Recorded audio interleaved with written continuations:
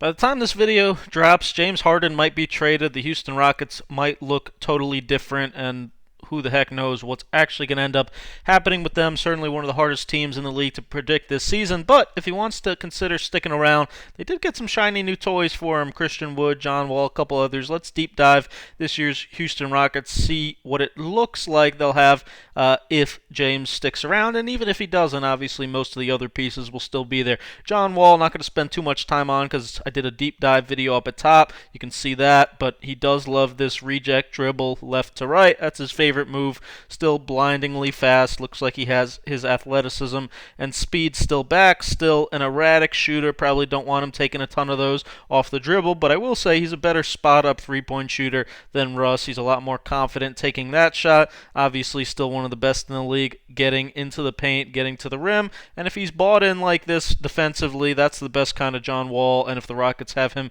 playing hard like that, they'll be in pretty good shape. James Harden, not in great shape when he showed up, but obviously still an elite player in the NBA if he could stay out of the strip club for 5 minutes. They also do have him playing off of more movement, looks like, in the preseason, screen-to-screener action there. That's an exciting new development to see what he would actually look like playing in a normal NBA offense again, as opposed to just pure iso ball for 50 minutes. Now he also has some real five men who can set pick and rolls, which he was really good at back a couple years ago. Christian Wood, obviously the main one, and James is unbelievable playing out of pick and rolls and reading the game that way. So if he could play in this system again with two real fives, look at that, between the legs pass, could be really special. That's where James is at his best, and it was a real shame they went away from that last season. Him and John both really good hitting ahead. Thankfully, the Rockets have some athletes for him, like House here. James is a really good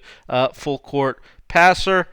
And again, they got him in more sets. The question with James is, will he play in a team environment here? Yes, playing out of side pick and roll, but when John gets the ball, now he's just kind of walking back to half court, not really ready to go. Can he stay in a stance? Can he play as a team? Also, will he play defense? This defense looked a lot like, get me the heck out of here, I don't really want to do this. And to Stephen Silas's credit, he took a timeout right after this, and I hope told James that's not going to be tolerated anymore. Daniel House, like we said, the starting three-man, pretty good player as long as he's not doing extra COVID testing with the nurses in his room. 36% three-point shooter last year. He's a perfectly solid 3-and-D guy. PJ Tucker, you know where you'll usually find him, in the corners. He's an elite corner three-point shooter, one of the best in the league. He also is one of the hardest playing dudes in the league. New development, looks like maybe they'll have him shooting a few more in other spots, like they're empowering him a little bit more to shoot the ball from the wings,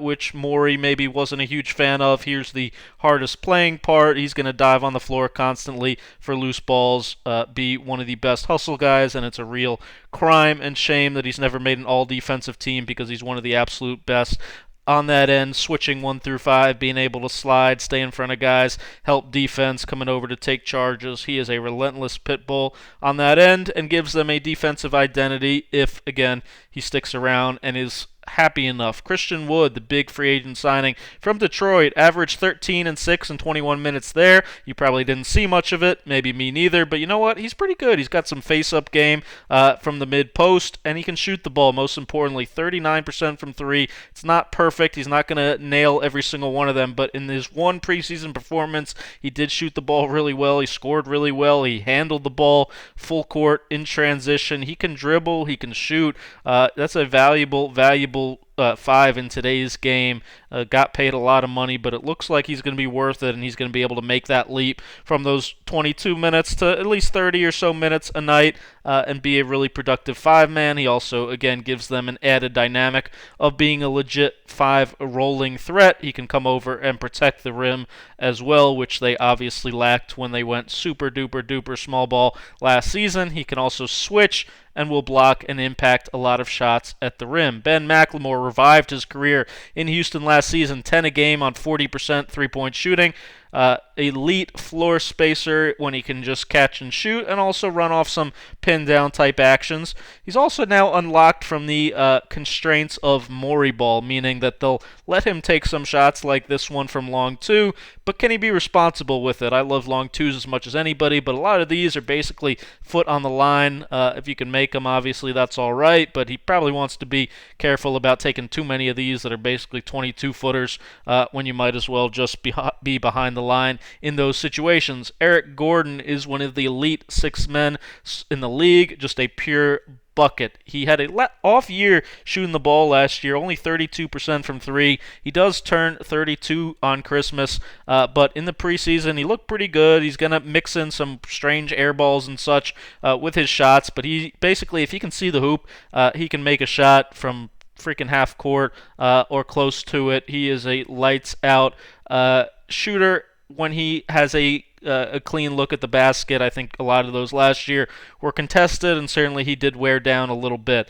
Also, a creative ball handler who can do things like that, filthy move to get to the basket, and can handle in some pick and rolls, score first guy, but will definitely get downhill to the rim a few times. Jason Tate, 6'4", lefty, undrafted free agent, signed from Australia. Him and Nwaba are basically the Energizer Bunny brothers. They both play relentlessly hard. You will find him getting random offensive rebounds, crashing from the corners, just playing with a really high motor, high energy level. That is his game as he creates a three for house there, just with his pure hustle. He is a lefty, like we said, loves this spin move to come back to his left hand. He is almost a super small ball 5 at times, or a very undersized 4. Again, he's only 6'4", but again, he can get to the rim if you let him go to his left. We'll just see in the regular season when teams do a better job game planning if he can still do this all the time. He's also sneakily athletic at times. The question mark with him is, can he shoot the ball? He also has a suspect handle at times going into traffic. Not the best ball handler. Couldn't shoot at Ohio State. 19 of 51 in Australia. Looked like he had improved a little bit, but obviously it's still far from a finished project, and right now teams are going to live with him shooting the ball for the most part until he proves that he can knock them down with some consistency.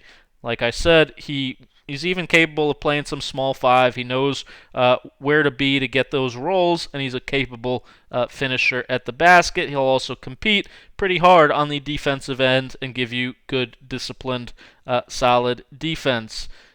David Nwaba, like I said, his Energizer buddy. He tore an Achilles almost a year ago, but he's still only 27 years old, and he, like Tate, just plays hard. He's going to crash for offensive rebounds. He's going to run the floor. The suspect part of his game, only 34% career from 3. Him and Tate were combined 0 for 12 in the preseason. That's been the one part of his game that's not perfectly NBA ready, but he will definitely take charges. He will block shots like this one of Mills. He will play in the passing lanes and use his defense to fuel his offense.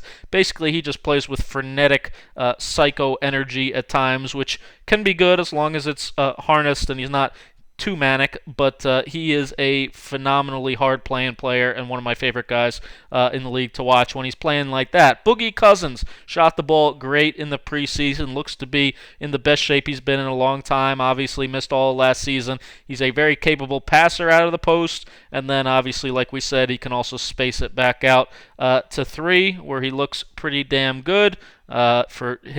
For John and Harden to both be able to play pick and roll and pick and pop with him is a pretty filthy option. He also likes catching the ball and getting it almost on the run, where he is pretty crafty with spin moves, footwork, different things to finish at the basket, despite not being all that long. Obviously, he makes up for it with his size, finding angles to still score. And he can also give you an occasional bucket for sure in the post with that left shoulder hook, generally speaking. Defensively, he's going to gamble a lot, but he certainly has good hands. This was a fun little play to see him back and doing things like this. Handle the ball full court. Here he knocks it away again. And again, the Rockets will play that aggressive style of defense, which certainly is what he does. Again, you just have to manage it to make sure it's not out of control. Bruno Caboclo, no longer 2 years away from being 2 years away. Here's what's weird. He shot 37% from Memphis 2 years ago from three, and then only 6 of 33 last season. In the preseason, though, he was 6 of 16. Looked like he'd be an elite floor spacing stretch five is kind of how he's remade his game.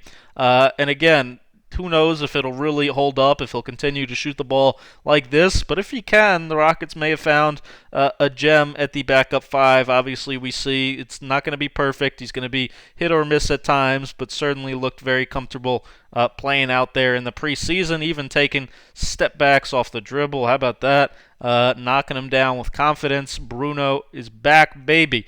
Even a obviously very long player, very athletic, blocking DeMar DeRozan here, and even Patty Mills in the next frame. Thanks a lot for watching. Obviously, who knows what exactly the Rockets will be, but make sure to thumb up, subscribe, check out the whole season preview series up at top. Talk soon.